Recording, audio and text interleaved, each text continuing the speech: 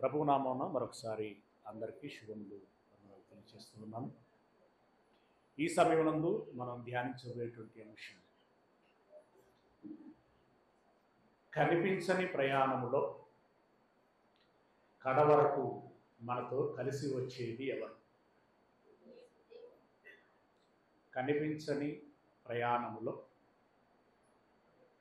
మనతో కడవరకు కలిసి వచ్చేది ఎవరు? ప్రియమైనటువంటి దేవుని వారలారా, విరామము లేకుండా సంపాదిస్తూ ఉంటాం. ఎంత చెట్టుకు అంత గాలి అన్నట్టుగా ఎవరి స్థాయికి ఎవరికి ఉన్నటువంటి అవకాశం మేరకి వారు సంపాదిస్తూ ఉంటారు. టైటిల్ మలయకుండా కనిపించని ప్రయాణంలో మనతో కడవరకు కలిసి వచ్చేది ఎవరు? విరామము లేకుండా సంపాదిస్తూ ఉంటాం. అలాగే మనవారు అనబడినటువంటి కుటుంబ సభ్యులని, బంధువులని, స్నేహితులని కూడా సంపాదించుకుంటూ ఉంటాం. ఇక మూడవది, ఆసక్తిని బట్టి పాపపుణ్యాలను కూడా సంపాదిస్తూ ఉంటాం. ఎన్ని రకాలండి? ఒకటి ధన సంపాదన, రెండవది జన సంపాదన, మూడవది గుణ సంపాదన. పాపపుణ్యాలు లేదా మంచి చెడును సంపాదిస్తూ ఉంటాం. ఈ మూడింటిలో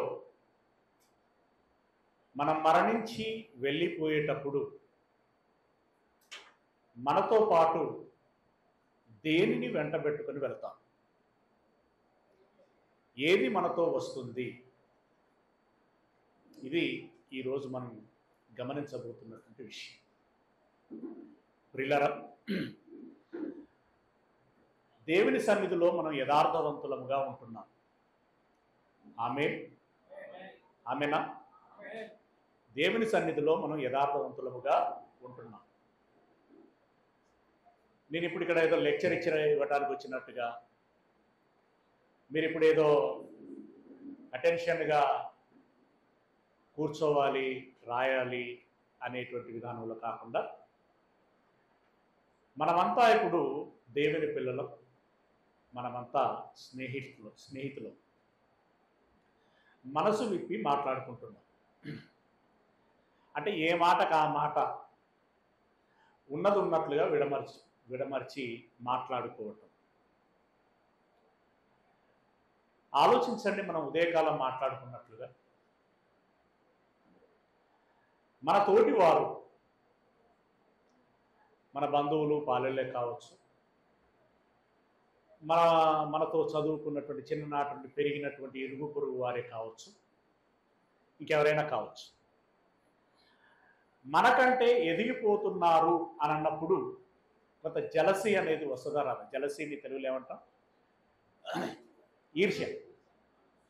ఇంకా అసూయ. Very good. అసూయ అనేది వస్తుందా రాదా? వస్తుంది కదా. ఇక స్వతహాగా అసూయ రావటం ఏంటో కానీ,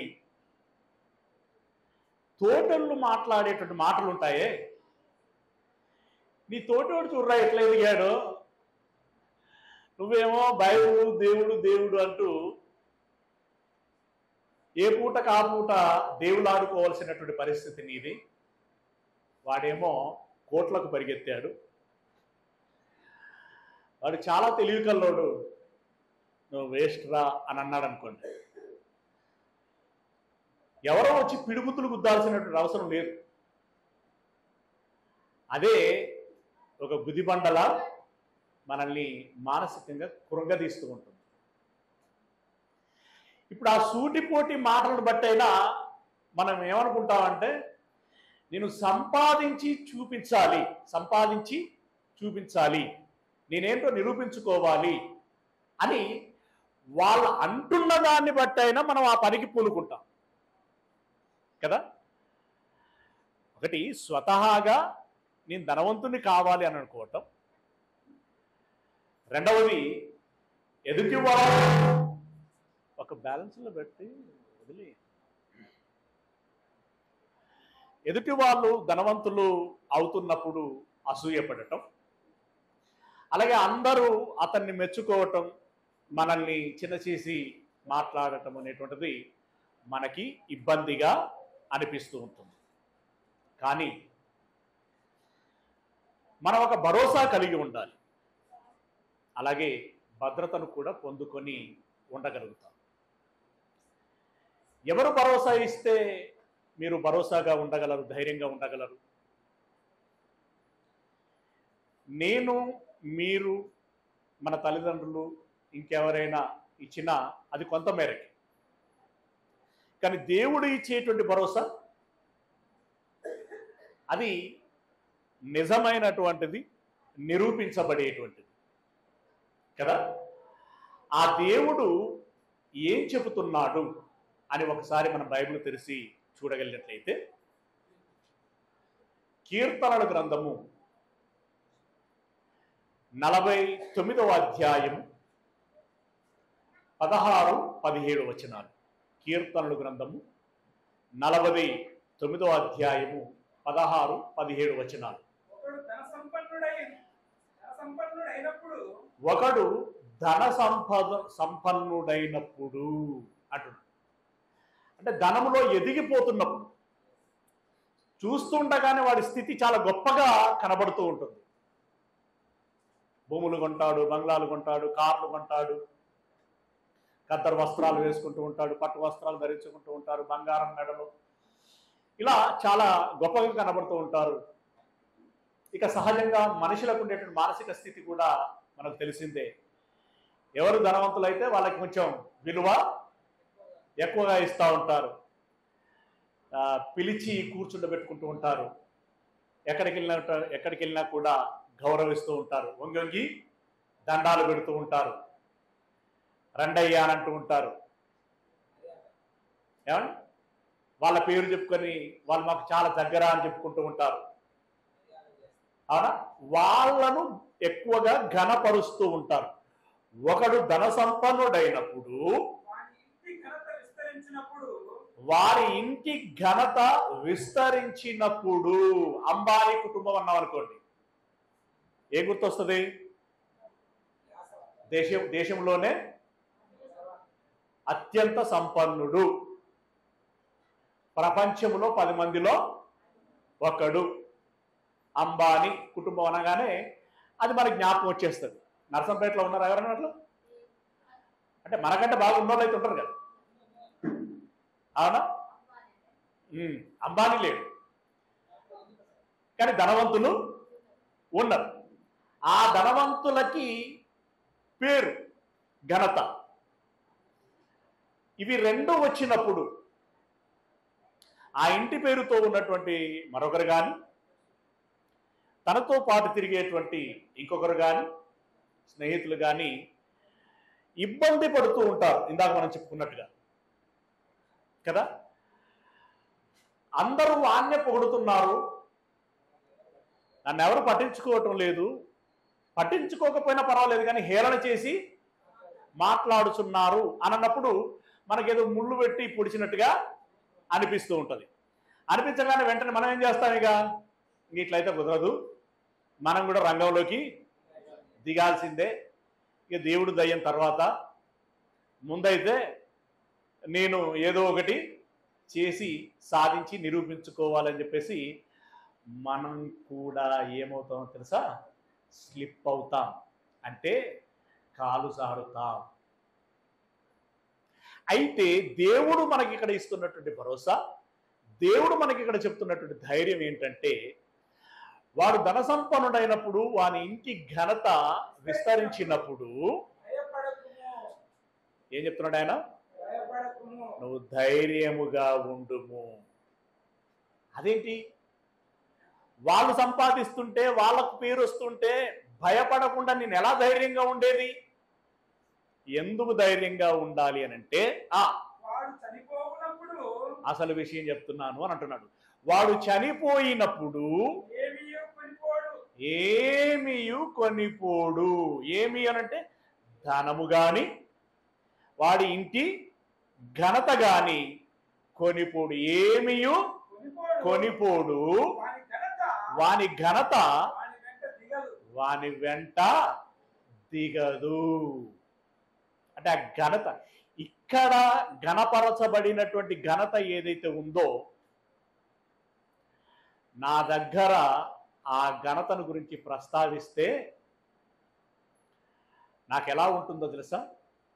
చాలా కంపరంగా ఉంటుంది.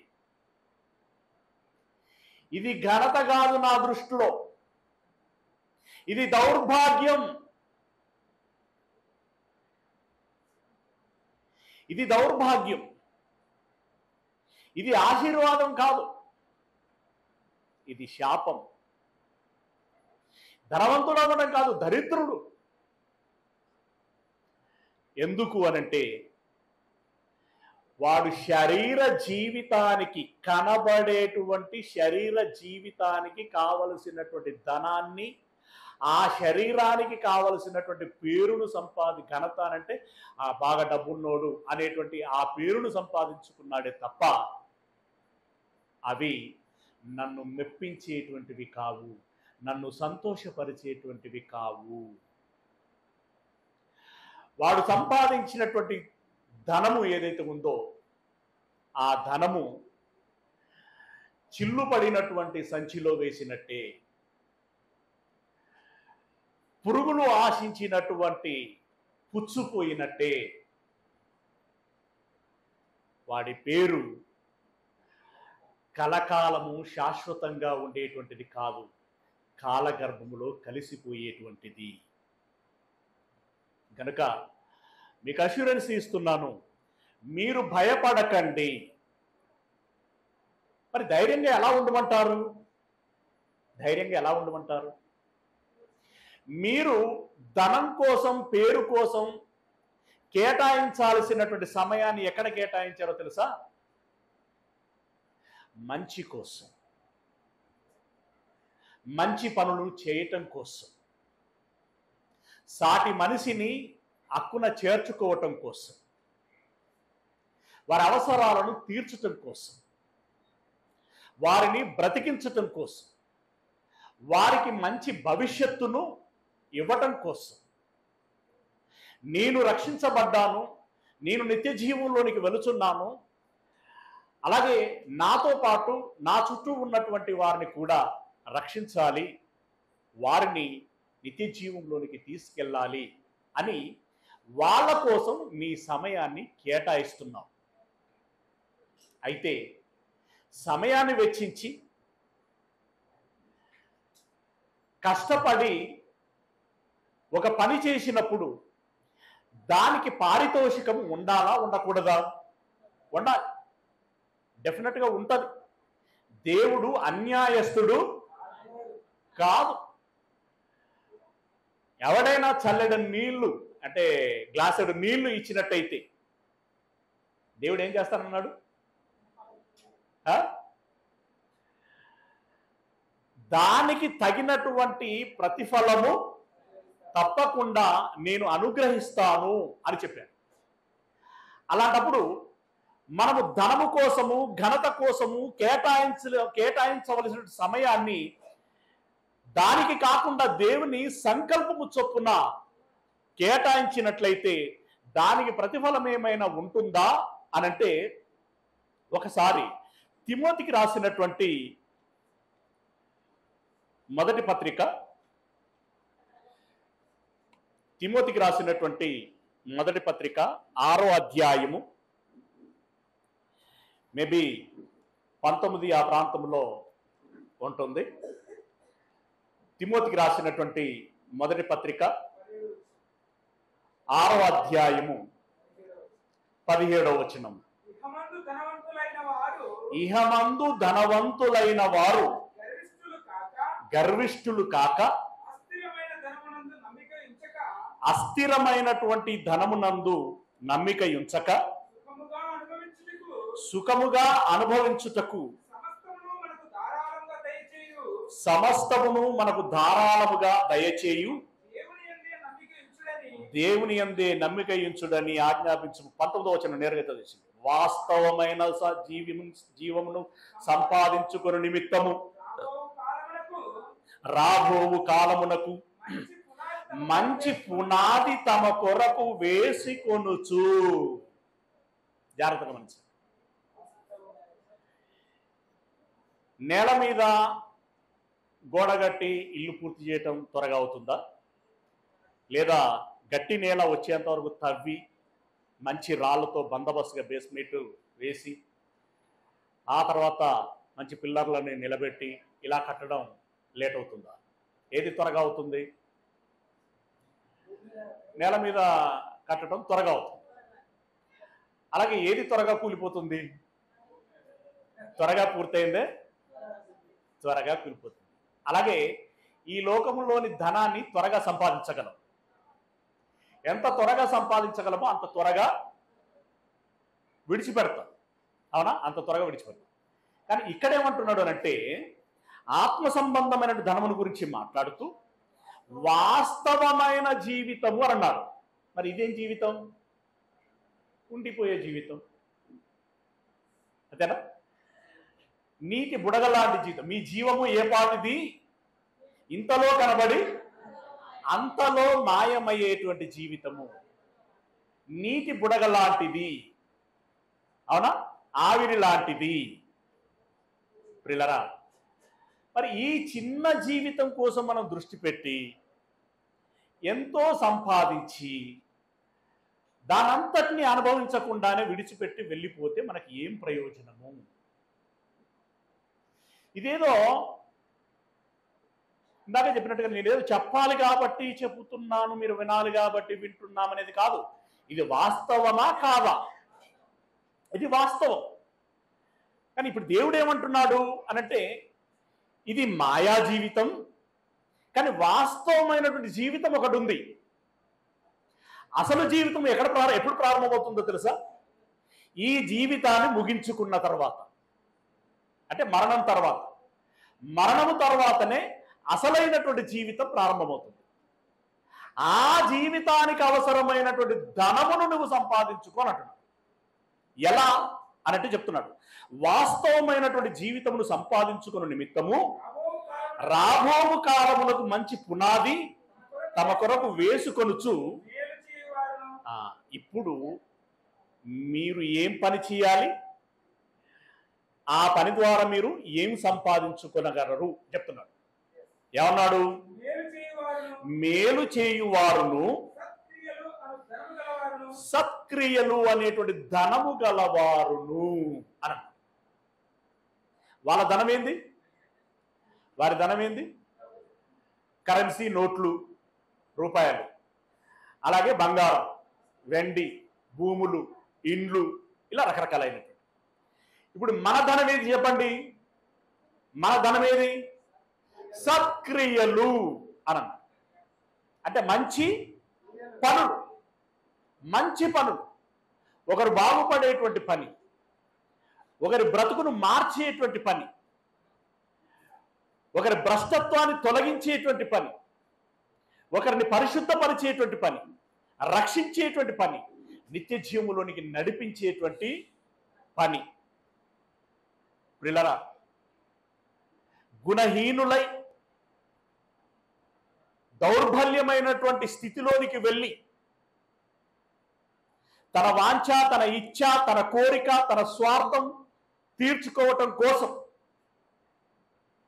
అత్యాచారాలు చేస్తున్నారు, మానభంగాలు చేస్తున్నారు, చంపుతున్నారు, దోచుకుంటున్నారు, ఇలా ఇష్టం వచ్చినట్లుగా విచ్చలవిడిగా ప్రవర్తిస్తున్నారు. ఆ క్రమంలో అమాయకులైనటువంటి, అభాగ్యులైనటువంటి వారిని, ఎంతో మందిని అంతమొందిస్తున్నారు. అర్ధాంతరంగా తనువులు చాలిస్తున్నారు, చాలించబడుతున్నారు. ఈరోజు యువత యొక్క పోకడ మనం చూస్తూ ఉంటే సమాజం ఎంత భయంకరంగా మారిపోయింది అనేటువంటి విషయము మీకు పెద్దగా చెప్పాల్సినటువంటి అవసరము లేదు. తిండిపోతులు, తిరుగుబోతులు రోడ్ల వెంబడి జులాయిగా తిరగటం, బలాదూరుగా తిరగటం, అర్ధరాత్రులకి తినటం, త్రాగటం, ఆడటం, పాడటం, జూదం. ఈ మధ్యలో బెట్టింగ్ల పేరట ఎంతమంది ఆత్మహత్యలు చేసుకుంటున్నారండి? ఎన్ని లక్షల అప్పుల పాలవుతున్నారు? చేతికందిన కొడుకు వృద్ధాప్యములో మాకు ఆసరగా ఉంటాడు అనుకున్నటువంటి కొడుకు బెట్టింగ్లు ఆడి ఇంట్లో ఉన్నటువంటి ధనమునంతా లూటీ చేసి చివరికి ఆత్మహత్య చేసుకుంటే ఆ తల్లిదండ్రుల యొక్క ఆవేదన, అరణ్య రోదన ఎంత హృదయ విదాయకరంగా ఉంటుందో మనకు చెప్పవలసినటువంటి అవసరము లేదు. ఇలాంటి యువతని, ఇలాంటి తత్వములో ఉన్నటువంటి జనులని సన్మార్గములో నడిపించటానికి సత్క్రియ అని అన్నాడు. మాట సహాయం, ఒక చేతితో చెయ్యి పట్టుకొని నడిపించే చేతి ఆసరా సహాయం. ఈ సహాయాలు పలు విధాలుగా ఉంటాయి. ఆయా సందర్భాలను బట్టి, ఆయా అవసరాలను బట్టి అది కనిపిస్తూ ఉంటుంది. అలా సత్క్రియలు అనేటువంటి ధనము గలవారును, ఔదార్యము గలవారును తమ ధనములో ఇతరులకు పాలిచ్చువారునై ఉండవలనని వారికి ఆజ్ఞాపించుము. అంటే మొత్తానికి ఏమన్నాడు? ఏ ధనం ఉండాలి అన్నాడు? సత్క్రియలు అనేటువంటి ధనము మనకు ఉండాలి. అది దేనికి ఎక్కడ వస్తుందని అన్నాడు? వాస్తవమైన జీవమును సంపాదించుకొనటానికి. ఇప్పుడు మీరు చెప్పండి, ఈ లోక సంబంధమైనటువంటి ధనవంతులై తాత్కాలికంగా ఉండేటువంటి జీవితంలో సుఖపడి ఆ తర్వాత మరణించి నరకానికి వెళ్ళాలనుకుంటారా? ఈ కొద్ది కాలంలో ఉన్నదానితో సంతృప్తి పడుతూ సత్క్రియలు చేసి ఉండబోయేటువంటి వాస్తవమైనటువంటి నిత్య జీవాన్ని, నిత్య సంతోషాన్ని పొందుకోవాలనుకుంటారా? మీరేం కోరుకుంటారు? మళ్ళీ చెప్తున్నాను, ఇక్కడ బాగా సుఖపడి మరణించి నరకానికి వెళ్ళి కలకాలము కాలుతూ ఆ వేదనని అనుభవించాలనుకుంటారా? లేదా ఈ కొద్ది కాలం కొంచెం కష్టమైనా పర్వాలేదు అనుభవించి ఆ తర్వాత శాశ్వతమైనటువంటి సుఖ సంతోషాలని అనుభవించాలనుకుంటారా? మీరేం కోరుకుంటారు? మళ్ళీ చెప్పండి. ఈ కొద్ది కాలము కష్టపడి శాశ్వతమైనటువంటి జీవితాన్ని, ఆనందాన్ని సంపాదించుకోవాలి అనుకునేటువంటి వారు నిజమైన తెలివైన వారు, నిజమైన జ్ఞానులు, నిజమైన మేధావులు. నిజమైన మేధావులు అంటే టీవీలలో మాట్లాడేటోళ్ళే కాదు. నిజమైన మేధావులు అంటే పుస్తకాలు రాసిన వాళ్ళే కాదు. నిజమైన మేధావులు అంటే రాజ్యాలను ఏలేటోళ్ళే కాదు. నిజమైన మేధావులు అనంటే నిజంగా మనం శాశ్వతంగా దక్కించుకునేది, అనుభవించేది ఏదైతే ఉంటుందో దాన్ని సాధించగలిగినటువంటి వాడు నిజమైన మేధావి. ప్రిలరా, గనుక ఈ లోకములో ఎవరైనా ధనవంతులైనప్పుడు, వారి ఇంటి ఘనత విస్తరించినప్పుడు మీరేమవ్వకూడదన్నాడు?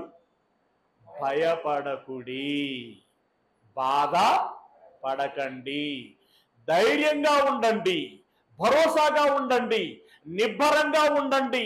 నా దేవుడు నాకు చెప్పాడు, సత్క్రియలు అనేటువంటి ఆ ధనమును సంపాదించుకోండిరా, మీకు శాశ్వతమైనటువంటి జీవితాన్ని ఇస్తాను, శాశ్వతమైనటువంటి సంతోషాన్ని ఇస్తాను. ఇది నా ఆన, ఇది నా అభయం. నేను సృష్టికర్తను.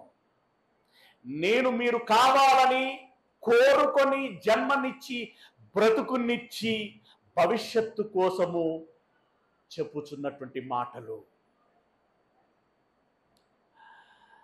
నేను ఆడి తప్పేటువంటి వాడను కాను. నేను అబద్ధము ఆడ నేరను. నేను చెప్పేది అక్షర సత్యం. Okay, right. ఇది దేవుడు చెప్తున్నాడు. ఇప్పుడు మన కళ్ళకు కనబడేది కూడా ఎలా కనబడుతుంది చెప్పండి? ఏమండి, కళ్ళకు కనబడేది కూడా ఎలా కనబడుతుందో చెప్పండి. మన తండ్రుల తాతల కాలంలో దొరలు భూస్వాములు ఉండేవారు. ఒక్కొక్కరికి 20 ఎకరాలు, 30 ఎకరాలు, 50 ఎకరాలు, 100 ఎకరాలు అలా ఉండేటివి. ఈ 50-100 ఎకరాలు కలిగినటువంటి వారు వాళ్ళకు చావు వస్తుందా రాదా? ఎట్లా వస్తుందండి? ఎన్ని ఎకరాలు ఎక్కువ ఉంటే అంత ఎక్కువ బ్రతుకుతారు కదా అమ్మా అక్కలు. ఎంత భూమి ఎక్కువగా ఉంటే అంత ఎక్కువ బ్రతకడానికి అవకాశం ఉంటుంది కదా. లేదు, ధనవంతుడైనా, అధికారైనా, పేరున్నవాడైనా, ఎవరైనా సరే వారు ఒక దినమున మరణించాల్సిందే. మరణించి పోయేటప్పుడు ఏమైనా వెంట పెట్టుకొని పోవటం మీరు ఎప్పుడైనా చూశారా? ఎందుకు చూడలేదండి? మత్తుగా చూసినాం. దింపుడు గల్లం కాడ నోట్లు ఇంత బంగారం వేస్తే పట్టుకపోయిండు. వేస్తారు కదా నోట్లలో. వేసి పూడి చేయటమో కాల్ చేయటం జరుగుతుంది. అది పోతుందా? అందులోనే ఉంటుందా? అది కూడా అందులోనే ఉంటుంది. మంట ఎక్కువ మండితే ఆ బంగారం కరిగిపోతుంది అన్న. మట్టిలో పెడితే మన్నైపోతుంది. పట్టుకపోయేది మాత్రం ఏమీ ఉండదు. దిగంబరిగా పుట్టారు, దిగంబరత్వంతోనే పోతారు, ఏమి తీసుకుపోరు అన్నట్టు 2 వచనాలని చాలా స్ట్రైట్గా మనం చూసి ఈ సెక్షన్ ముందుకెళ్ళేటువంటి ప్రయత్నం చేద్దాం. ఓకే, తిమోతికి రాసినటువంటి మొదటి పత్రిక 6వ అధ్యాయము 7వ వచనం. తిమోతికి రాసినటువంటి మొదటి పత్రిక 6వ అధ్యాయము 7వ వచనం. మనం ఈ లోకములోనికి ఏమీ తేలేదు. ఎందుకు తేలేదండి? మా తాత ముత్తాతల వారసత్వంతో అదంతా పట్టుకొని వచ్చాను కదా. నువ్వేమీ తెలియదు. తర్వాత దీనిలో నుండి ఏమీ తీసుకొని పోలేము. కాబట్టి నువ్వేమనుకోవాలంటే ఈ బ్రతికేంత కాలం, ఇప్పుడు 10 కోట్లు ఉన్నాయండి. ఈయన బ్రతుకు కాలంలో ఎన్ని కోట్ల ఆహారాన్ని తింటాడు? ఎన్ని కోట్ల దినుసుని తింటాడు? రోజుకి ఎన్ని కిలోలు తింటాడండి? ఎక్కువ ధనం ఉన్నాడు ఎక్కువ కిలోలు, తక్కువ ధనం ఉన్నాడు తక్కువ కిలోలు తింటాడా? ఎంత తిన్నా తన జీవిత కాలానికి ఎక్కువలో ఎక్కువ 10 లక్షలు వేసుకుంటాం ఓన్లీ తిండికి. మిగిలిందంతా అంతే కదా. అది ఎందుకు పనికిరాదు? ఉన్నది అని చెప్పుకోవడానికి తప్ప దేనికి పనికిరాదు. అంతా ఉత్తదే, ఎందుకు పనికిరాదు. కనుక మీరేం చేయండి అని అంటున్నాడంటే, ఎంత తినగలుగుతాము, ఎంత ధరించుకోగలుగుతాము, ఎంత అవసరము, దాని మీద మాత్రమే దృష్టి పెట్టండి, దానితో మాత్రమే సంతృప్తి పడండి. ఎక్కువ సంపాదించుకున్నవాడు ఎక్కువ పట్టుకపోడు, తక్కువ సంపాదించినటువంటి వాడు తక్కువ పట్టుకపోడు. అంటే ఆ రోజుల్లో మన్నా కురిపించినప్పుడు మీరు ఏరుకోవాలి, దాన్ని కూర్చుకోవాలని చెప్పేవాడట. అప్పుడు ఆబూసి కొద్ది కొంతమంది రేపు శనివారం కదా, ఎందుకని మంచి ఈరోజు ఎక్కువ సమకూర్చుకుందామని ఎక్కువ సమకూర్చుకునేవారట. కొంతమంది ఏమో మామూలుగా సమకూర్చుకునేటువంటి వారు. తీరా ఇంటికి వెళ్ళి కొలుచుకుంటే అవి ఎక్కువ కూర్చుకున్న వాడిది గంటే వచ్చేదట, తక్కువ కూర్చుకునే వాడికి గంతే అయ్యేదట. అంటే అది నువ్వు సొలోళ్ళలో కలుస్తావో కిలోలలో కలుస్తావో ఎలా కొలిచినా కూడా గంతే వచ్చేదట. అలా ఎందుకు అయ్యేది? నువ్వు అత్యాశకు వెళ్ళి నువ్వు ఎక్కువ కూర్చుకున్నా కూడా నేను తొలగించాలనుకుంటే అది పెద్ద విషయం ఏమీ కాదు అని చెప్పడానికి. అవునా? గనక మనల్ని ఏం చేయమంటుండంటే, ఏమీ తేలేదు, ఏమీ తీసుకొని పోలేము కాబట్టి అన్న వస్త్రములు గలవారమై ఉండి వాటితో తృప్తి పొంది ఉందము. తృప్తి అనేది చాలా ప్రాముఖ్యమండి. ఆశకు అర్థులు ఉంటాయా? ఇప్పుడు ఎంత సంపాదించేవాడైనా ఇక జాలురా అనేటోడు ఉంటాడా? ఉండడు. ఇంకా పరిగెడుతూనే ఉంటాడు, ఇంకా పరిగెడుతూనే ఉంటాడు. కాబట్టి ఎక్కడో ఒక దగ్గర మనం ఫుల్ స్టాప్ పెట్టుకోవాల్సిందే. ఫుల్ స్టాప్ పెట్టుకోకపోతే సంతృప్తి అనేది ఉండదు. సంతృప్తి అనేటువంటిది లేకపోతే నువ్వెంత సంపాదించినా, నువ్వెంత పరిగెత్తినా అది వ్యర్థమే. ఇప్పుడు మీరు చాలా జాగ్రత్తగా గమనించండి. లక్షల కోట్లు ఉన్నాయనుకోండి, వానికి ఇటు నుండి అటు నుండి ఆఫీసర్ల నుండి దొంగల నుండి అది నిలబెట్టుకోవడం గురించి, ఆ వ్యాపారాన్ని వృద్ధి చేసుకోవడం గురించి నలుదిక్కులో 4 రకాలైనటువంటి మానసిక ఒత్తిడులు ఉంటాయి. ఐటీ ట్యాక్స్ వాడు ఏమనుకుంటా ఎప్పుడు వస్తాడో, ఈడీ వాడు ఎవడొస్తాడో, సిబిఐ వాళ్ళు ఎప్పుడు వస్తారో, ఏ దొంగ ఎప్పుడు వచ్చి కన్నం వేస్తాడో, ఎవడొచ్చి అరెస్ట్ చేస్తాడో, ఎవడొచ్చి చంపుతాడో, ఇలా రకరకాలైనటువంటి పోరులు గోడులు ఉంటాయి. అదే ఏ పూటకా పూట సంపాదించుకొని ఇంత రేషన్ తెచ్చుకొని వండుకొని తినటం చూడండి, వానికి ఏ టెన్షన్ ఉండదండి. కడుపు నిండా తింటే, బాగా కష్టం చేస్తాడు కదా, కడుపు నిండా తింటాడు. అది మిరం మెతుకులైనా సరే వాడికి పరమాన్నం పెట్టినా ఎక్కదు, అసలు ఎక్కదు కాదు, అది పడదు. మీకు అర్థమవుతుందా? పరమాన్నం వానికి పడదు. డాక్టర్ దగ్గర పోతే ఏమంటాడు? నువ్వు అంబలు తినాలి అని అంటాడు, అంటే గడగ తినాలి అని అంటాడు. అవునా? వీడికి అంటే అంత ధనమున్నా చివరికి నువ్వు బంగారం తినలేవు, భూమిని తినలేవు. పోనీ అన్నమన్నా తిందామంటే అన్నం నీకు పడదురా అని అంటాడు. మరి ఏం తినాలయ్యా? ఇంత గంజి తాగు, వీలైతే ఎక్కువ కూడా కాదు, ఓ గంటెడంతా గడక తిను, అంతే. మరి ఈ కోట్లు ఏం చేయాలయ్యా? ఏట్లా పడేసుకో. ఎందుకు పనికిరాం? అదే కాయ కష్టం చేసేవాడు ఉంటాడా? ఏ పూట కా పూట బ్రతికేటోళ్ళు ఉంటారా? కష్టం చేస్తారండి. కష్టం చేసిన తర్వాత తెచ్చుకొని, ఏదో కలిగింది తెచ్చుకొని వండుకొని తింటారు. తిన్న తర్వాత నిద్రపోతే ఎట్లా పోతాడంటే నా సాయిరంగా, ముళ్ళోకాలు ఏమో కానీ వాళ్ళు ఏదో బయట వాళ్ళు అన్నట్టుగా 7-14 లోకాలు పోయినంత డీప్ స్లీప్లోకి వెళ్ళిపోతాడండి. మంచిగా పొద్దున సంతృప్తిగా లేస్తాడు. వీడికి తినడు, తింటే పడదు, పడుకుంటే అది మళ్ళీ పెద్ద మంచి. ఈ మధ్యలో ఎంఐ అని పరుపులు వస్తాయి. ఏమండి, నువ్వు ఎంత మంచి పట్టు పరుపులు వేసుకున్నా కూడా ఇటు పడతారు, అటు పడతారు, కింద పడతారు, మీద పడతారు, కానీ నిద్ర మాత్రం రా. ఇప్పుడు కడుపు నిండా తిండి తినకపోతే, కంటి నిండా నిద్రపోకపోతే, ఆ సొమ్ము ఉండేందుకు లేకండి. అసలైన ధనవంతుడు ఎవరు తెలుసా? కడుపు నిండా తిని కంటి నిండా నిద్రపోయిన వాడి అంత ధనవంతుడు ఈ లోకంలో ఇంకొకటి లేడు. మనకు ఎలాంటి జీవితం కావాలి చెప్పండి? ధనము పేరు ఉండి తింటే పడకుండా, నిద్రపోతే రాకుండా ఉండేటువంటి జీవితం కావాలా? ఏమండి, కొంచెం ఉన్నా పర్వాలేదు కానీ కడుపు నిండా తిని కంటి నిండా నిద్రపోయేటువంటి సుఖమైన జీవితం కావాలా? ఏం కావాలి? మొదటిదా రెండవదా?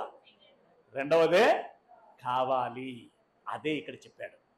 అలాగే ప్రసంగి గ్రంథం 5వ అధ్యాయము 15వ వచనం. ప్రసంగి గ్రంథము 5వ అధ్యాయము 15వ వచనము. 5వ అధ్యాయము 15వ వచనం. వాడు ఏ ప్రకారముగా తల్లి గర్భము నుండి వచ్చెనో ఆ ప్రకారముగానే తాను వచ్చినట్లే, తల్లి గర్భములో నుండి వచ్చినట్లే. అంటే తల్లి గర్భములో నుండి ఎవరైనా బంగారపు దట్టీలను కట్టుకొని పుడతారా అండి? దిగంబరముగా పుట్టును. తల్లి గర్భములో నుండి ఎట్లా వచ్చునో ఆ ప్రకారముగానే తాను వచ్చినట్లే దిగంబరిగానే మరలా పోవును. ఇది అసలు విషయం. ఈ వచ్చుడు పోవుడు ఉంటుంది కదా, అంటే జననము మరణం. ఈ మధ్య కాలంలో ఉండేటువంటి జీవితమే చాలా కీలకం. ఈ జీవిత కాలంలో ప్రయాసపడి తాను ప్రయాసపడి చేసుకుని దానిలో ఏదైనను చేత పట్టుకొని పోడు. దేవుడు అబద్ధమాడుతాండు.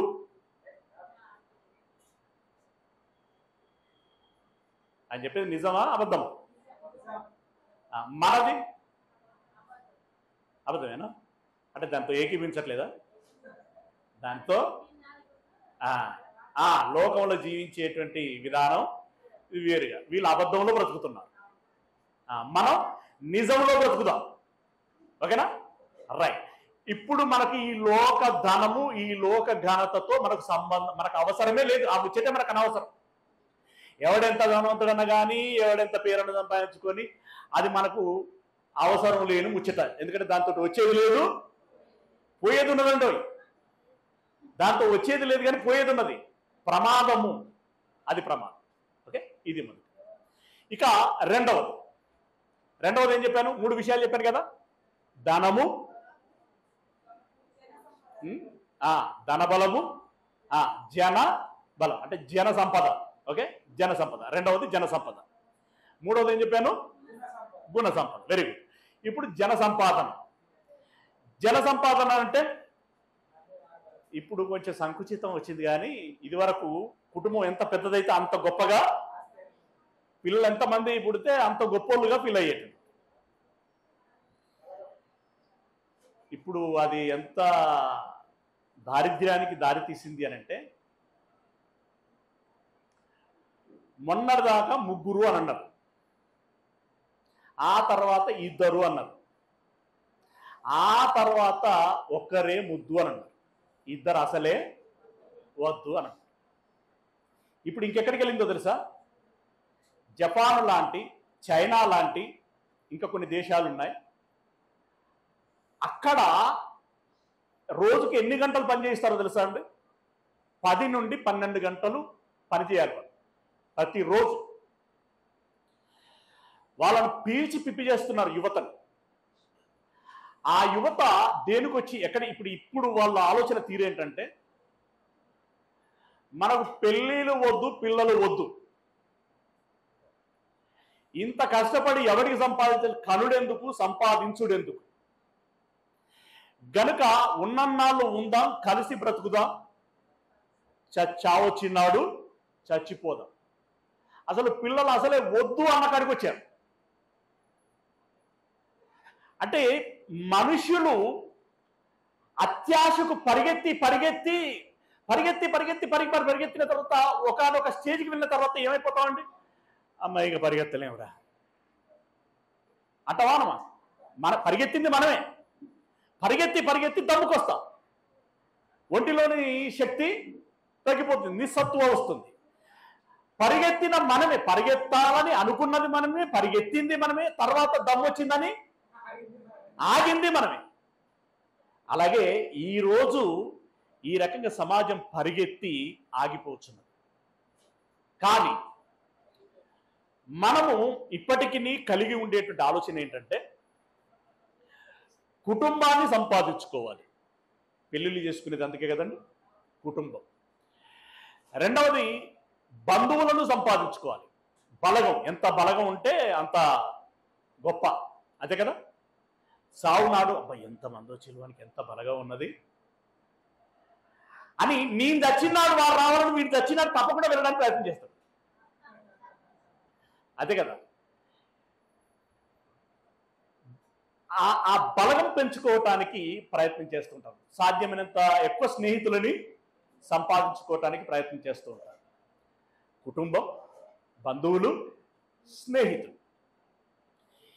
ఇప్పుడు మనం మరణించి వెళ్ళిపోయేటప్పుడు వీళ్ళలో మనతో వచ్చే వాళ్ళు ఎవరు? మన ఇంటిళ్ళ, బంధువుల, స్నేహితుల? ఎవరు రారా? మరి ఎందుకు వీళ్ళందరూ ఎందుకు? ఎవరికి చూపించుకోవడానికి, ఎవరికి కనపరుచుకోవడానికి? ఏమండి, మనం దేవుడు అని పోతుంటే మనం ఒంటరిలో అవ్వదా లేదా? కానీ లౌక్యంగా ఇక్కడ ఈ పాట ఎక్కడి పాట అక్కడ పాడిన వాళ్ళు అయితే అందరు చుట్టాలి కదా వాళ్ళకి. ఆ క్రమంలో కొన్నిసార్లు మనం ఏం మనకి ఎవరు లేరే అన్నట్టే ఫీల్ అవుతూ ఉంటాం. కానీ ఇక్కడ దేవుడు ఏమంటున్నాడంటే, ఇంతమందిని సంపాదించుకున్నా, ఇప్పుడు ఉదాహరణకి యాకోబు ఎవరో తెలుసు కదండి. ఎంతమంది కొడుకులు ఆయనకి? 12 మంది కొడుకులు కదా. ఆ 12 మందికి ఎంతమంది సంతానం? మనవాళ్ళు మనవరాళ్ళు ఎంతమంది? కష్టం లెక్క పెట్టడం, అంతమంది ఉన్నారు ఆయన. ఒకనొక దినం ఆయన కూడా చనిపోయి,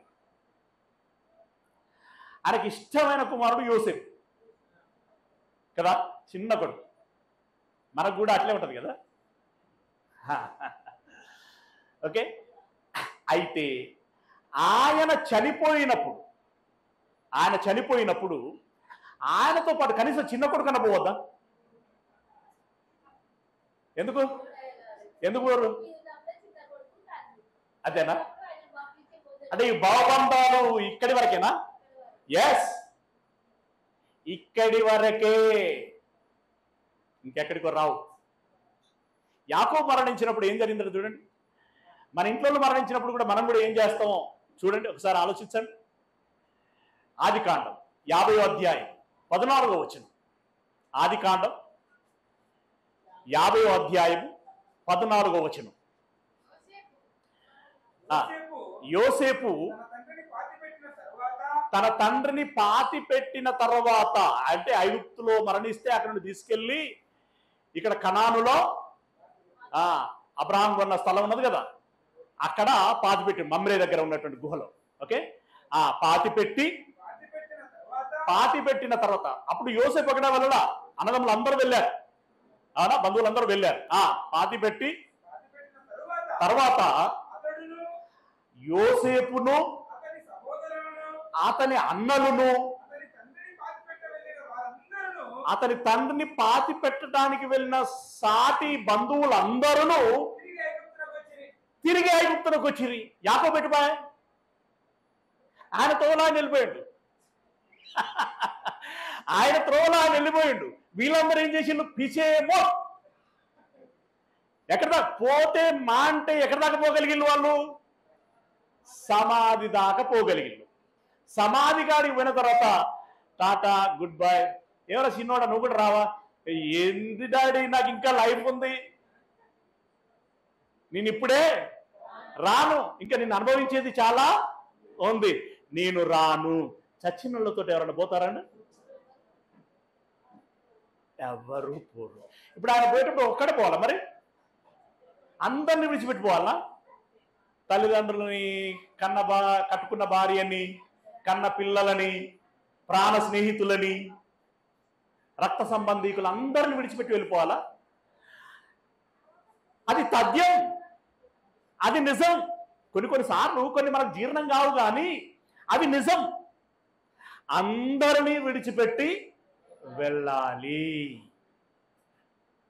మరి మన ఈ బంధం, ఈ పెళ్లి చేసుకునేటప్పుడు పెళ్లి ప్రమాణాలలో చెప్పుకుంటా ఉంటారు, ఇంకా హైందవులలో ఎక్కువ మాట్లాడుకుంటా ఉంటారు. ఎన్నేళ్ల బంధం అటది? 100 ఏళ్ల బంధం. 7 అడుగులు 100 ఏళ్ల బంధం. ఆ తర్వాత ఇది అసలు పదం. జన్మ, అసలు ఒక జన్మకే గతి లేదు, అతి లేదు. 7 జన్మలంట. ఏం పొడవడానికో. నిజంగా చెప్పండి, ఉన్న జన్మలో విరక్తి కలుగుతుందా లేదా? ఎందుకురా ఈ బ్రతుకు అనిపిస్తూ ఉంటుంది. అలాంటిది 7 జన్మలు. ఈ జన్మలో ఉద్ధరించింది ఏమి లేదు. మరి 7 జన్మలు బ్రతికి ఏం ఉద్ధరిద్దామని? సరే, అదంతా పక్కకు పెడితే, ఇప్పుడు ఈ బ్రతికినటువంటి బ్రతుకుల్లో బ్రతికి వెళ్ళిపోవలసిందే తప్ప వెంట పెట్టుకుపోయేటువంటిది ఏమి లేదు. కాకపోతే ఇక్కడ భార్య భర్తల బంధము అనేటువంటిది ఒకటి ఉంటుంది, తల్లి బిడ్డల బంధము అనేటువంటిది ఒకటి ఉంటుంది. ఏ బంధములున్నా, నా రక్త సంబంధము అని చెప్పినా కూడా అది నీకు చాలా విలువైనది కావచ్చు, బంగారం లాంటి బంధం కావచ్చు, అది నీ దృష్టిలో, నీ మనసులో అది వెండి లాంటి బంధము కావచ్చు. కానీ ఏ బంధమైనా ఒకనాడది తెగవలసిందే. అందుకే బైబిల్లో ఒక మంచి మాట రాశాడు. ప్రసంగి గ్రంథం 12వ అధ్యాయం 6వ వచనం. ప్రసంగి గ్రంథం 12వ అధ్యాయము 6వ వచనము. అదేనా? ప్రసంగి గ్రంథం 12వ అధ్యాయము 6వ వచనం. వెండి త్రాడు విడిపోవును. అంటే తాడు విడిపోవటం అంటే ఏమనుకుంటున్నారు ఇక్కడ? ఇక్కడ మరణమును గురించిన సందర్భంలోనే మాట్లాడుతున్నాడు. ఇదంతా మన్నైనది వెనుకటి వలనే మట్టిలో కలిసిపోవును, ఆత్మ తాను దయచేసిన దేవుని యొద్దకు వెళ్ళును అనేటువంటి సందర్భంలో మాట్లాడుతున్నటువంటి మాట అది. అక్కడట ఏ తాడు విడిపోతుందట? వెండి తాడు విడిపోతుందట. విడిపోతుందంటే తెగిపోతుంది. వెండి తాడు తెగిపోతుందంటే దాని అర్థం ఏంటో తెలుసా? చనిపోయిన వాడికి బ్రతికున్న వాళ్ళకున్న బంధం ఏదైతే ఉన్నదో అది తెగిపోయింది. అది వెండి లాంటి విలువైన గొప్పదైన బంధమే అయి ఉండొచ్చు, అయినా తెగిపోతుంది అని చెప్పడం. ఏమండి? నల్ల కింది కుండ పగిలిపోతుంది అని అన్నాడు, దార కింది కుండ అని అన్నాడు అక్కడ. అవునా? అలాగే బంగారు గిన్నె పగిలిపోవును, దార యొద్ద చక్రం, బావి యొద్ద చక్రము పడిపోవును. అంత కొలాప్స్ అంటున్నాడు. అంటే కుండ పగిలిపోయింది అనుకోండి, ఎందుకదిగా దేనికి రా? అంటే తాడు తెగిపోతుంది, కుండ పగిలిపోతుంది, చక్రం ఊడిపోతుంది, బంగారు పళ్ళెం పగిలిపోతుంది అని అన్నాడు. అంటే దేనికి రాదు? అంత కొలాప్స్ అంటున్నాడు. ఏది నీతోటి, ఎవరు నీతోటి రారు. అంటే ఇప్పుడు ధనము రాదు, ఘనత రాదు. రెండవది, మనవారనబడిన వారు ఎవరునూ మనతోటి రారు. మూడవది ఏంటి? గుణ సంపద. గుణ సంపద అంటే, గుణం అంటే ఇక్కడ మంచి చెడు, అంతేనా? పాపం పుణ్యం. ఇది మాత్రం ఇప్పుడు ఈ మంచి చెడులు పాప పుణ్యాలు దేంట్లో చోటుకొని ఉంటాయి? నువ్వు ధనాన్ని ఎలా సంపాదించావు, ఎందుకు సంపాదించావు, ఇందులో నీ గుణం ఒకటి ఉంటుంది కదా, నీ మనస్సు ఒకటి ఉంటుంది, నీ దృక్పథం. అలాగే ఈ బంధుత్వాలు ఎలా కలిశాయి? సక్రమ సంబంధాలు, అక్రమ సంబంధాలు, సాయితాలు అంటాం కదా. సాయితాలు, రోడ్ల మీద సాయితాలు ఉంటాయి. ఎవరెవరు కళ్ళు కాంపౌండ్ కాడ ఒక సాయిత, తాళ్ళ కాడ ఒక సాయిత. సాయిత అంటే సోపతి, సోపతి అంటే స్నేహం. ఓకే, స్నేహం. ఎక్కడోనికి అక్కడ స్నేహితులు దొరుకుతారు. దొంగతనం చేసేటోళ్ళకి దొంగ స్నేహితులు, పేకట ఆడేటోళ్ళకి పేకాట స్నేహితులు, డబ్బు సంపాదించేటోళ్ళు ఆ స్నేహితులు. ఇలా ఏ వర్గం వాళ్ళకి, అంటే ఏ గుణానికి తగ్గినట్టు ఆ స్నేహితులు ఉంటారు. అంటే నువ్వు ధనాన్ని సంపాదించాలన్నా, జనాన్ని సంపాదించాలన్నా నీ గుణమును బట్టి ఉంటుంది. నీ గుణం మంచిదైతే మంచిదాన్ని సంపాదిస్తావు, నీ గుణం చెడ్డదైతే చెడ్డదాన్ని సంపాదిస్తావు. అంటే వీటన్నిటిలో గుణం అనేటువంటిది ముఖ్య పాత్ర పోషిస్తుంది. ఆ గుణమును గురించి చెప్తున్నాడు. తిమోతికి రాసినటువంటి మొదటి పత్రిక 5వ అధ్యాయము 24వ వచనం. తిమోతికి రాసినటువంటి మొదటి పత్రిక 5వ అధ్యాయము 24వ వచనం. కొందరి పాపములు తేటగా బయలుపడి. విదేశాలలో బంగారం ధర తక్కువ, మన దేశంలో ఎక్కువ. ఎందుకంటే మన దగ్గర పెట్టుకునేటోళ్ళు ఎక్కువ, అక్కడ దాచుకునేటోళ్ళు ఎక్కువ. ఓకే, సరే. అయితే వాళ్ళు కొంతమంది ఏం చేస్తారంటే, ఏ దేశంలోనైతే తక్కువకు దొరుకుతుందో దాన్ని ఇక్కడికి తీసుకురావాలి. తీసుకొచ్చేటువంటి క్రమంలో లైసెన్స్ తోటి తీసుకొస్తే ఒక విధానం ఉంటుంది, అయితే దానికి ఛార్జీలు పడతాయి. లైసెన్స్ లేకుండా తీసుకొస్తే ఏ ఛార్జీలు పడకుండా పట్టుకురావచ్చు. ఆ ఛార్జీలు ఎంత ఉంటాయి అనుకుంటున్నారు మరి? దీని విలువ 100 రూపాయలు అనుకుంటే ఛార్జీలు 30 రూపాయలు 40 రూపాయలు పడతాయి. అంతెందుకు పెట్టాలి అని చెప్పి కొంతమంది ఏం చేస్తారంటే మింగి పట్టుకొస్తారు. కొంతమంది బంగారాన్ని చిన్న చిన్న ఉండలు చేసి కడుపులోకి మింగి పట్టుకురావాలి అనుకుంటారు. అలా రకరకాలుగా రహస్య స్థలాలలో పెట్టుకొని, శరీరంలో పెట్టుకొని ఎవరు కనబడకుండా వద్దామని వస్తూ ఉంటారు. వాళ్ళు వచ్చిన తర్వాత ఒక దగ్గరికి వచ్చేసరికి చెక్కింగ్ ఏరియా ఉంటుంది. ఆ చెక్కింగ్ కార్డుకి వచ్చేసరికి స్కానర్ పెట్టేసరికి అన్నీ కనబడతాయి. నువ్వు ఎక్కడెక్కడ దాచినావో అవన్నీ కనబడతాయి. తర్వాత ఏం చేస్తారు తెలుసా? చచ్చినట్టుగా కక్కితారు. మొత్తం ఒంట్లో దాచిందంతా కూడా బయటికి కక్కిస్తాం. మింగేటప్పుడు ఏమనుకుని మింగినావు? ఎవరికి కనబడకుండా పట్టుకొద్దామని నువ్వు మింగినావు. అలాగే పాపాలు చేసినప్పుడు ఎట్లా చేస్తాం మనం? ఎవరు చూస్తలేరు కదా అని చేస్తాం.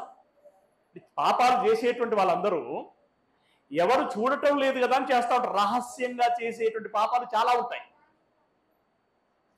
ఈ పాపాలన్నీ కూడా నువ్వు ఎవరు చూడటం లేదనుకుంటున్నావేమో, కానీ దేవుడు తాను కళ్ళు పెట్టి చూస్తే ఈ లోకంలో పనిచేసేటువంటి స్కానర్ల కంటే ఎక్కువగా స్కాన్ చేస్తాయి.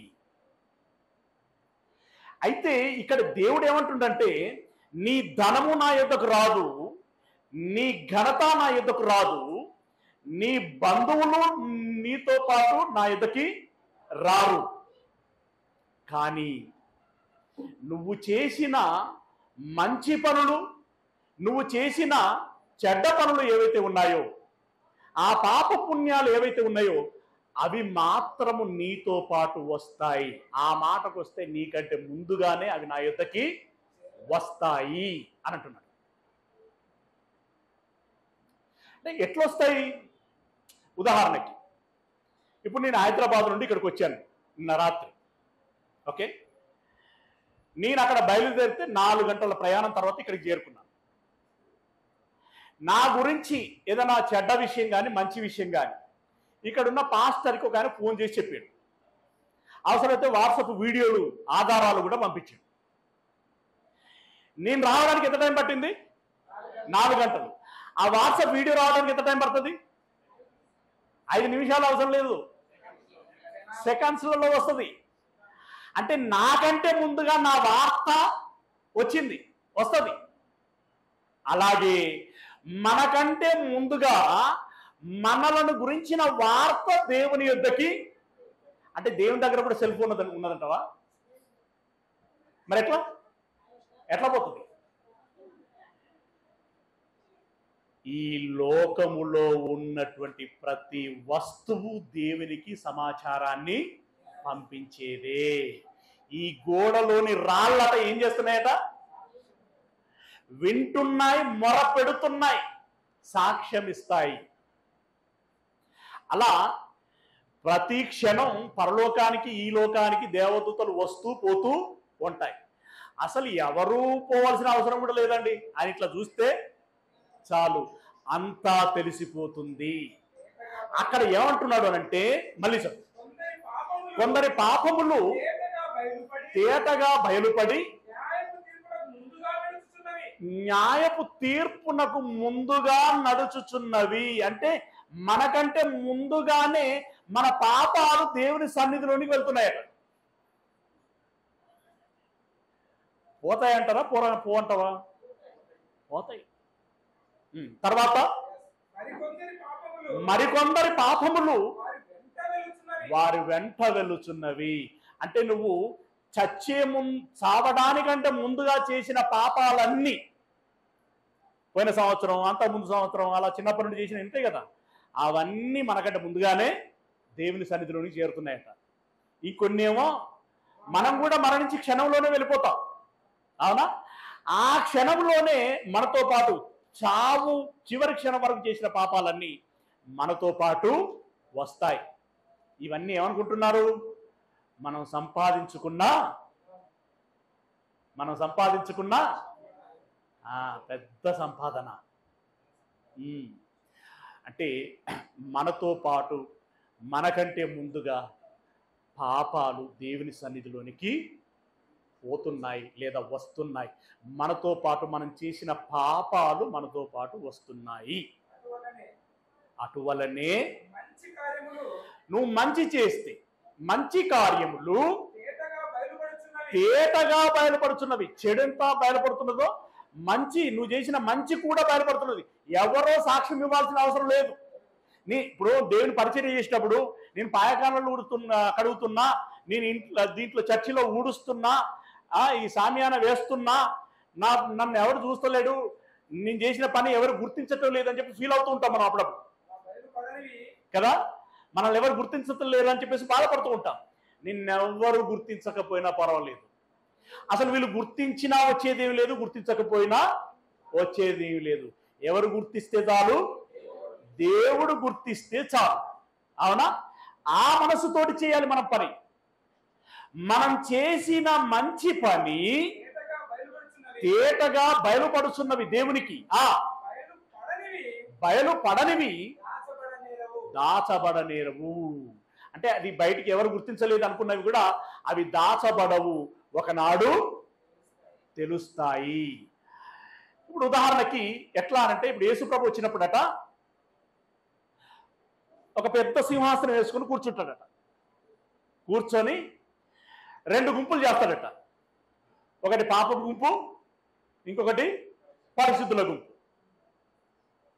మీరు ఇటు రండి, ఇటు జరగండి, ఇటు జరగండి అని అంటాడు. మీరు నువ్వు ఇటు వచ్చేసి అంటాడు. గొర్రెలు మేకల వలె వేరు చేస్తాడు అన్న. ఇప్పుడు పరిశుద్ధులతో అన్నాడు,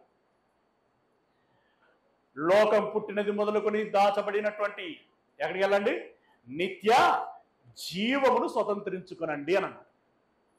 అని వెంటనే అన్నాడు, ఎందుకు పంపుతున్నాను మిమ్మల్ని పరలోకానికంటే, నేను ఆకలిగా ఉన్నప్పుడు నాకు అన్నం పెట్టారు, దాహంతో ఉన్నప్పుడు నీరిచ్చారు, పరామర్శించారు, ఇలా చాలా చెప్పారు. వాళ్ళు ఆశ్చర్యపోయారు. అసలు నువ్వు మాకు కనబడిందే ఈరోజు, అదే కదా ఏసైనా ఏ రోజు చూసింటారు, ఆ రోజే కదా మాకు కనబడిందే ఈరోజు. నువ్వు మమ్మల్ని ఎప్పుడు అన్నం అడిగితివి, ఎప్పుడు నీరు అడిగితివి, ఎప్పుడు చెరసాలలో ఉంటివి, మేమెప్పుడు పరామర్శించితివి అని చెప్పేసి వాళ్ళను. మిక్కిలి అల్పులైన మీ సహోదరులలో కొందరికి మీరు అలాగున చేసితిరి గనుక నాకును చేసినట్టే. అంటే ఆ క్రియ నా ఖాతాలో పడ్డది. అంటే ఇప్పుడు మనం చేసినప్పుడు ఎవరు గుర్తించకపోవచ్చు, కానీ ఎవరు గుర్తించారు?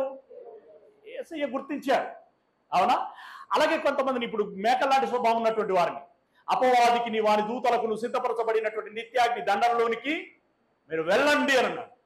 ఎందుకు? మేము చేసిన తప్పేంటయ్యా అని అన్నారు. మళ్ళీ అదే చెప్పాడు, నేను ఆకలితో ఉన్నప్పుడు మీరు నాకు పెట్టలేదు అన్నాడు. ఎప్పుడు మీరు ఆకలితో ఉన్నారు? మీ పక్కన పూటకు లేని వాళ్ళు మీకు ఎప్పుడు కనపడలేదా అని అన్నాడు. అవసరాలలో ఉన్నటువంటి వారు ఎవరు లేరా? నిస్సహాయతలో ఉన్నటువంటి వారు ఎవరు లేరా? వాళ్ళకు చేయలేదు కాబట్టి నాకును చేయనట్టే. అంటే ఇక్కడ మంచి పనులు బయలుపరచబడుచున్నాయి, చెడ్డ పనులు బయలుపరచబడుచున్నాయి. ఆ 2 పనులు కూడా వాటి ఆ పనుల తాలూకు విషయం ఏవైతే ఉంటాయో అవి మన వెంట వచ్చును అని అన్నాడు. దేవుని సన్నిధికి ఆ రకంగా చేరుతున్నాయి అని అంటున్నాడు. మీ అందరికీ కొర్నేలు అనేటువంటి వ్యక్తి తెలుసు అనుకుంటున్నాను. తెలుసా? కొర్నేలు ఎలాంటి వాడు ఆయన? మొదటగా దేవుని యందు భయభక్తులు కలిగినవాడు. రెండవది ధర్మ కార్యములు చేసేవాడు, దాన ధర్మాలు. ఓకే. మూడవది ప్రార్థన చేసేవాడు. ఈ 3 అలవాట్లు తనకున్నాయి, తనతో పాటు తన కుటుంబానికి కూడా ఉన్నాయి కదా. అయితే ఒకానొక నాడు దేవదూత వచ్చింది, కొర్నేలుకు కనబడి ఒక మాట చెప్పింది. ఏమని చెప్పింది?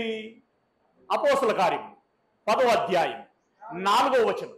అపోస్తలుల కార్యములు 10వ అధ్యాయము 4వ వచనం. అతడు దూత వైపు తేరి చూసి భయపడి, ప్రభువా ఏమని అడిగాను. ఏంది, ఎందుకు వచ్చారు, ఏంటి, మీరెవరు, ఏంటి, ఆ రకంగా భయపడుతూ అడిగాడు. అందుకు దూత, నీవు ప్రతిదినము చేసేటువంటి ప్రార్థనలను ఎన్నిసార్లు చేయాలవా ప్రార్థన? తమ్ముళ్ళు ప్రార్థన చేస్తారా మీరు రోజు? ఇటువైపు పురుషులలో రోజు ప్రార్థన చేస్తామన్న వాళ్ళు చేయొద్దండి. 3 సార్లు ప్రార్థన చేస్తామన్న వాళ్ళు చేయొద్దండి.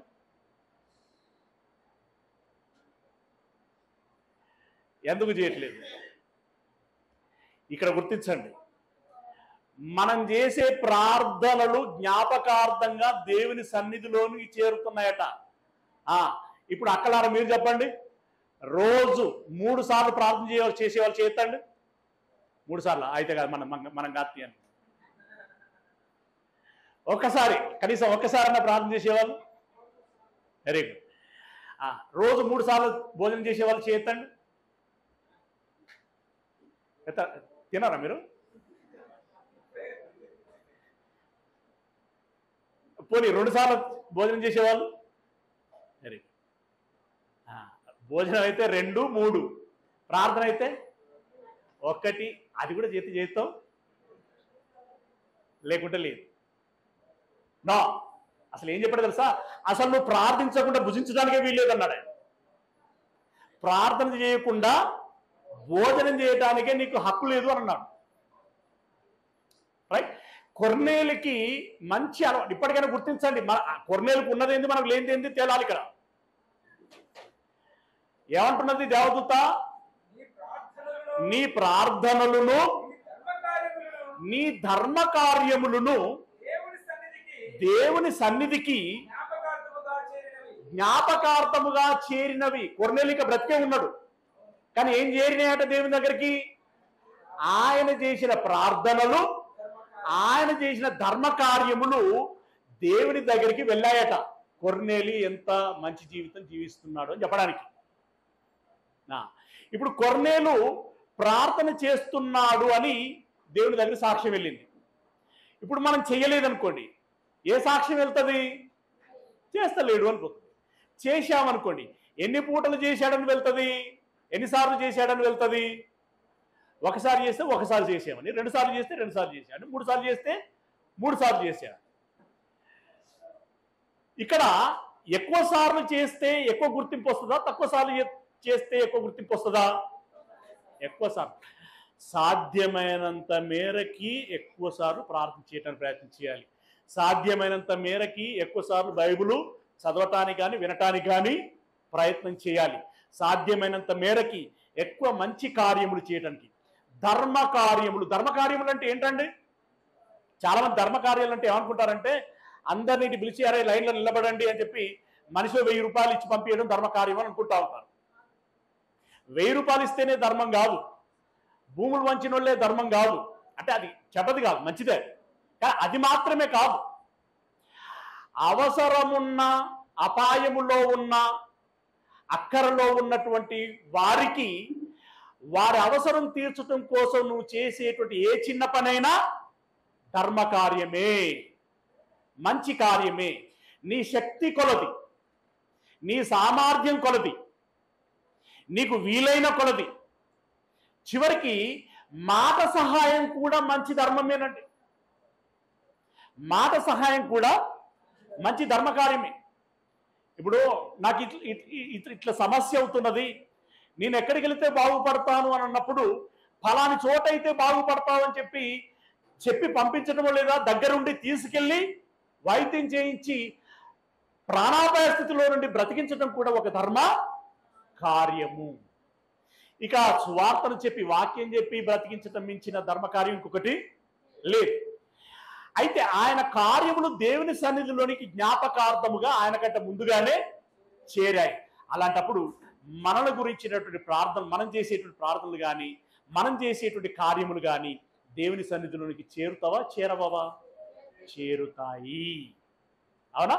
మరొక మాట, ప్రకటన గ్రంథం 14వ అధ్యాయము 13వ వచనం. ప్రకటన గ్రంథం 14వ అధ్యాయం 13వ వచనం. అంతటా ప్రభువునందు మృతులు ధన్యులు అని వ్రాయమని పరలోకం నుండి ఒక స్వరం చెప్పగా వింటిని. నిజమే, వారు తమ ప్రయాసములు మాని. ఏ ప్రయాసాలు? ఏమండి? దేవుని చిత్తము చొప్పున బ్రతుకుటలో ఉండేటువంటి ప్రయాస ఏదైతే ఉంటుందో ఆ ప్రయాస. ఓకే, వారు తమ ప్రయాసం మాని, అంటే పౌలు గారి ప్రయాసం ఉంటుంది కదండి, మరియమ్మ ప్రయాసం ఉంది కదా, ఉన్నది కదా, ఒక స్టెఫెను, ఒక యాకోబు, ఒక యోహాను, ఇలా భక్తులు ఎన్నో శ్రమలు పడ్డారు కదా. వారు తమ ప్రయాసములు మాని విశ్రాంతి పొందుదురు, వారి క్రియలు వారి వెంట పోవునని. వారి క్రియలట ఏమవుతాయట? వారి వెంట పోవును. వారి క్రియలు వారి వెంట పోను. అవి మంచివైనను సరే, చెడ్డవైనను సరే. ఇది విషయం. అంటే ఇప్పుడు ఈ మూడిట్లలో ఏవి మనతో వస్తున్నాయి అనంటే, ధనము ఘనత రావట్లేదు, కుటుంబము బంధువులు రావటం లేదు, కానీ మనం చేసిన మంచి చెడులు అనేటువంటి ఆ సాక్ష్యాలు మాత్రం వస్తున్నాయి. అవి మాత్రం వస్తున్నాయి. అయితే ఇవన్నీ చెబుతుంటే చెప్పొచ్చిండ్రా, వీడు అవి వస్తాయని వీడు ఏమైనా కలగన్నాడా? వస్తాయన్నట్టుగా వీడు ఏమైనా చూశాడా అని దానికి మనం చెప్పేటువంటి ఈ మంచి మాటలకు వక్ర భాష్యము చెప్తూ ఉంటాడు, ఎగతాళిగా మాట్లాడుతూ ఉంటారు, దాన్ని తిరస్కరిస్తూ ఉంటారు, అపహాస్యం చేస్తూ ఉంటారు. ఆ క్రమంలో ఇంకొంతమంది ఇబ్బంది, అంటే వాడు చెప్పేటువంటి మాటలను బట్టి అవునులే మరి ఎవరు చూసే చిల్లు అని చెప్పి వాడు కూడా వాడితో ఏకీభవిస్తూ ఉంటాడు. ఇక్కడ ఒక మాట, రైతట విత్తనాలు చల్లి వస్తాడట. అవి ఏ రకంగా మొలుచునో, ఎదుగునో, పూయునో, కాయునో నీకెవరికి, అంటే ఎవరికి తెలుసు అన్నమాట. మరి తెలియదన్నప్పుడు దాని గురించి మాట్లాడు అంటే మనిషి ఏం మాట్లాడతాడు? నేనే మొలిపించిన, నేనే పూయించిన, నేనే కాయించిన చేస్తారు ఎవరన్నా? మనిషి ఏ మేర చేయగలడు? విత్తనాలు మాత్రమే జల్లగలుగుతాడు. ఆ తర్వాత అది మొలవాలన్నా, ఎదగాలన్నా, పూయాలన్నా, కాయాలన్నా దాని వెనకాల ఉండి పని చేయాల్సింది దేవుడు. ఇక్కడ దేవుడి పాత్ర ఏమున్నది అని చెప్పేసి అంటున్నటువంటి మనగాళ్ళంతా, దేవుడు ఇచ్చిన నేలలో పండినటువంటి పంట కాకుండా నువ్వు సంపాదించుకొని తినురా అంటే ఏం తిని బ్రతుకుతారో చెప్పండి. ఉందా? ఛాన్స్ ఉందా? వాడు నిలబడింది దేవుడు కలిగజేసిన నేల మీద, వాడు తినేది దేవుడు పండించిన పంటతో, వాడు తాగేది దేవుడు కురిపించిన వర్షపు నీటితో, వాడు పీల్చేది దేవుడు వీంప చేసినటువంటి గాలితో. అసలు దేవుడి ప్రమేయం లేకుండా వాడుగా ఎలా బ్రతకగలుగుతున్నాడు? ఛాన్స్ ఉందా? మరి ఎట్లా కొట్టి పడేస్తాం? చూసి వచ్చావా, చేసి వచ్చావా, ఉన్నాడా లేడా, నిజంగా ఇవి చేరుతాయా, వీటిని బట్టి తీర్పు తీరుస్తాడా, ఎట్లా మాట్లాడతావు? నీకు తెలిసిందెంత? నీకున్న ధైర్యం ఏంటి? నీకు ఎన్ని గుండెలు అని మనగలవా, నిలబడగలవా? మనుకోలకి ఎదురు తన్ని నిలబడగలిగేటువంటి వాడు ఎవడు? దేవుని గురించి ఎకసక్కాలు మాట్లాడి రేపొద్దున బ్రతకగలిగేటువంటి వాడెవడు? ఊరుకుంటాడా దేవుడు? చపడాలు తీస్తాడు, తొక్కి పడేస్తాడు. ఒక్క తొక్కుడు తొక్కితే అగ్నిలో, నరకంలో పునగాలి. అక్కడ అయ్యో అనే ఆర్తనాదాలు చేసినా పట్టించుకునేవాడు ఎవడు ఉండడు. ధనవంతుడి గురించి తెలుసు కదా, అబ్రహాం ఏమన్నాడు? ఐఎమ్ సారీ, నేనేం చేయలేను అని అన్నాడు. దేవుని పర్మిషన్ లేకుండా అబ్రహాం కూడా ఏం చేయలేడు. మరి ఒకసారి అగ్నిలోనికి వెళితే అగ్ని ఆరదు. ఇలాంటి పెడుసు మాటలు మాట్లాడేటువంటి వారి యొక్క భవిష్యత్తు అలాగే ఉండబోతుంది. జాగ్రత్త. దేవుడు వెక్కిరింపబడడు. నువ్వు వెక్కిరిస్తే దేవుడు వెక్కిరింపబడతాడు అనుకుంటున్నావా? వెక్కిరింపబడడు. ఆ మాట చెప్తున్నారు చూడండి, అది చెప్పుకొని ముగించుకుందాం. ఎక్కడ చెప్పాడు? గలతీ పత్రిక 6వ అధ్యాయం 7వ వచనం. గలతీ పత్రిక 6వ అధ్యాయం 7వ వచనం.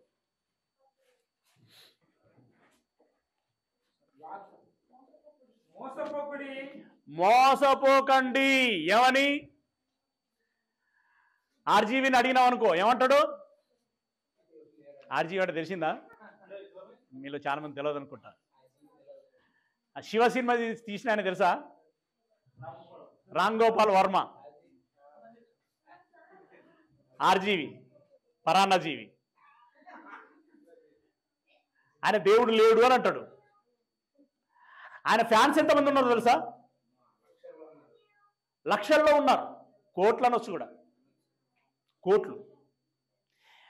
ఇప్పుడు ఆయన ఫ్యాన్లు అంటే ఆయన చెప్పిన దాన్ని ఫాలో అయ్యేవాళ్ళు కదా.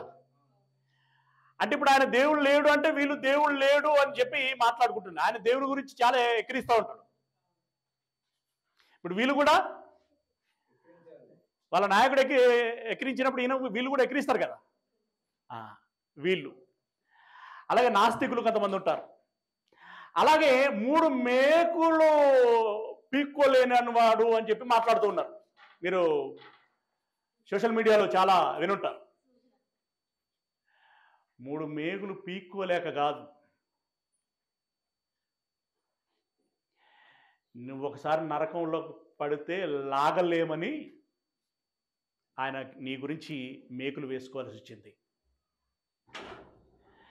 యేసు ప్రభుల వారి గురించి, బైబిల్ గురించి, క్రిస్టియానిటీని గురించి, యెహోవాను గురించి ఎవరికి ఎంత వస్తే నోటికి వచ్చినంత కారుకూతలకు వస్తున్నారు మతోన్మాదులు.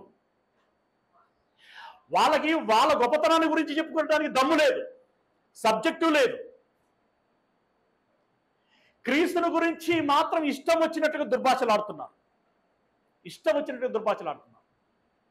ఇంకొకటి, క్రీస్తుని గురించి వక్రంగా మాట్లాడుతూ సంపాదించేటువంటిది ఒక లక్ష్యంగా చేసుకున్నారు. ఇలా ఎవడు ఎన్ని మాట్లాడినా, ఇతర మతోన్మాదులు కావచ్చు, నాస్తికవాదులు కావచ్చు, హేతువాదులు కావచ్చు, నేను సైంటిస్ట్ను అని చెప్పుకునేటువంటి వారు కావచ్చు, అసలు భయభక్తులు లేనటువంటి వారు ఎవరైనా కావచ్చు,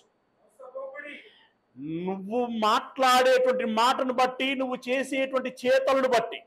రెండవది, నిజమైన భక్తులు క్రైస్తవులు వారు పడేటువంటి పాటలను బట్టి, వారి కష్టాలను బట్టి, వారి నష్టాలను బట్టి, వారి ఇబ్బందులను బట్టి, వారి త్యాగాలను బట్టి, వారి సమర్పణను బట్టి ఎవరు మోసపోకండి. ఏమంటున్నాడు? దేవుడు వెక్కిరింపబడదు. దర్శాల్ నువ్వు గుర్తుంచుకోవాలి, దేవుడు వెక్కిరింపబడడు. నువ్వు ఉదాహరణకి ఇక్కడ ఉన్నాం మనం, అమెరికాలో ఉన్న ఇప్పుడు మనం ఒక డోర్ పక్కన నిలబడి ఎవరైనా వస్తున్నారనుకోండి, డోర్ పక్కన దాపుకొని అక్కడ రాగానే హే అన్నాను, వాడు భయపడతాడు, సహజం. నేను భయపట్టించినాను, వీడు గ్రేట్గా ఫీల్ అవుతాను. ఇంకొంతమంది గమనించారా మీరు ఎప్పుడైనా? రోడ్ వెంబడి వెళ్తూ ఉంటారు బైకుల మీద, ఉన్నటువంటి పిచ్చిలేసినట్టుగా ఒకేసారి అని చెప్పేసి పక్కనోడు ఏమైందో అనుకుంటా ఉంటాడు. కొంచెం హార్ట్ అటాక్ ఉన్న వాళ్ళు అయితే కింద పడిపోతారు, ఊరిగిన వరుతూ ఉంటారు. అంటే నువ్వు అరిచి నీ పక్కనున్నటువంటి వాడిని భయపెట్టిస్తావేమో. ఇక్కడ ఉండి అరిచి అమెరికాలో నేను ఇక్కడ కేకేస్తే అమెరికాలో ఉన్నటువంటి వాడు భయపడతాడు చూడని చెప్పి ఏదో గావు కేకేసావను, ఎక్కడ దాకా పోతుంది మా అంటే? ఇక్కడ ఉన్నామండి, ఇప్పుడు గీడికి వెళ్ళి అరిసా, ఎక్కడ దాకా వినపడుతుంది? ఆ రోడ్డు దాకా పోతుందా? ఇక్కడ అదే అంటున్నాడు. ఏమంటున్నాడు చూడండి ఒకసారి, మోసపోకుడి, దేవుడు వెక్కిరింపబడాలంటే నువ్వు వెక్కిరించిన వెక్కిరింత ఎక్కడ దాకపోదు. కానీ దేవుడు వచ్చినాడు తీర్చేటువంటి తీర్పు మాత్రం నీవు నరకమునకు వెళ్ళేంత దాకా వస్తుంది. అదే చెప్తున్నాడు, దేవుడు వెక్కిరింపబడడు, మనుషుడు ఏమి విత్తునో ఆ పంటనే కోయును. ఏమి విత్తునో ఆ పంటనే కోయును. మొక్కజొన్న విత్తితే మొక్కజొన్నలు వస్తాయి, పల్లెరిగాయలు విత్తితే పల్లెరిగాయలు వస్తాయి. అయ్యో నేను మొక్కజొన్న విత్తితే పల్లెరిగాయలు వచ్చినాయి, పల్లెరిగాయలు విత్తితే మొక్కజొన్నలు వచ్చినాయి అన్నది ఉంటుంది ఎప్పుడన్నా? ఉండదు. మరి ఇప్పుడు ఇక్కడ పాపం విత్తితే నీ పేరట పాపపు ఫలము. పాపం యొక్క ఫలం ఏంటండి? పాపం యొక్క ఫలము మరణం, అనగా నరకం. అంటే పాపం చేసినటువంటి వారికి నరకం దాపురిస్తుంది అని అంటున్నాడు. అదే పరిశుద్ధంగా ఉండి పుణ్యకార్యములు చేసినటువంటి వారికి, సత్కార్యములు చేసినటువంటి వారికి నిత్య జీవం, పరలోకం అనేటువంటి ఫలితము దక్కుతుంది. అంటే నువ్వేం విత్తుతావో అదే కోయుదు అనంటే, నీవు మంచి చేస్తే మంచి ఫలితాన్ని పొందుతావు, చెడు చేస్తే చెడ్డ ఫలితాన్ని పొందుకుంటావు. ఏలయనగా తన శరీరేచ్ఛలను బట్టి విత్తువాడు తన శరీరము నుండి ఏం పంట? క్షయమైపోయేటువంటి పంట, అంటే నాశనమైపోయేటువంటి పంట కోయును. ఆత్మను బట్టి విత్తువాడు ఆత్మ నుండి నిత్య జీవం అనేటువంటి పంటను కోయును. అంటే ఇప్పుడు అంతిమంగా మనకు మేలు చేస్తున్నది లేదా కీడు చేస్తున్నది ఏంటంటే, మనతో పాటు వచ్చేటువంటి పాప పుణ్యాలు. పాపం చేస్తే మరణం వస్తుంది అని అన్నాడు, పుణ్యము లేదా సత్క్రియలు చేస్తే నిత్య జీవం వస్తుంది అని అన్నాడు. గనక ప్రియమైనటువంటి దేవుని వారలారా, మన దృష్టి ఇప్పుడు దేని మీద ఉండకూడదు? దేని మీద ఉండకూడదు? ధనము ఘనత మీద ఉండకూడదు. అలాగే నాకు ఇంతమంది అంతమంది బలగము ఉండాలి, నా పక్షంగా ఎవరు లేరు, నేను ఒంటరిని అయిపోయినా, నన్ను పట్టించుకునేవారు లేరు, నన్ను చూసేవారు లేరు, నన్ను కానేవారు లేరు అని చెప్పి భయపడాల్సినటువంటి అవసరము లేదు. భయపడితే గీయపడితే దేనికోసం భయపడాలో తెలుసా? నా ఖాతాలో ఏమున్నాయి? మంచి పనులు ఎన్నున్నాయి, చెడ్డ పనులు ఎన్నున్నాయి. మంచి పనులు ఉంటే భరోసాగా ఉండండి, ధైర్యంగా ఉండండి. చెడ్డ పనులు ఉంటే ఇప్పటికైనా భయపడండి, మిమ్మల్ని మీరు మార్చుకోండి, సంస్కరించుకోండి. ఇప్పటి నుండైనా ప్రారంభించండి. ఇప్పటి నుండైనా మీకు ఎన్ని సాధ్యమైతే అన్ని మంచి పనులు చేయటానికి ప్రయత్నం చేయండి. దేవుడు ఎప్పుడైనా కూడా నీవు నిజం తెలుసుకున్న తర్వాత అప్పటి నుండి ఏం చేస్తున్నావు అన్నదే ఎక్కువ చూస్తాడు. గతం గతః, గడవబోయేటువంటి దాని మీద దృష్టి పెట్టండి. ఇంత తెలిసిన తర్వాత కూడా పట్టించుకోకపోతే మాత్రం దేవుడు ఉపేక్షించడు, క్షమించడు. గనుక ప్రియ దేవుని వారలారా, ధనము ఘనత కాదు, బంధు బలగము కాదు, మంచి చెడు అనేటువంటిదే ప్రాముఖ్యం. ఇప్పుడు మా అందరి ఖాతాలో ఏముండాలి? మంచి పనులు ఉండాలి. మంచి తలంపు, మంచి మాట, మంచి క్రియ, మంచి నడత, మంచి సాక్ష్యం మనం సంపాదించుకొని నిత్య జీవాన్ని పొందుకోవాలి. అలాంటి ప్రయత్నం మీరు అందరూ చేస్తారని ఈ మాటల్ని ముగిస్తున్నాను. God bless you.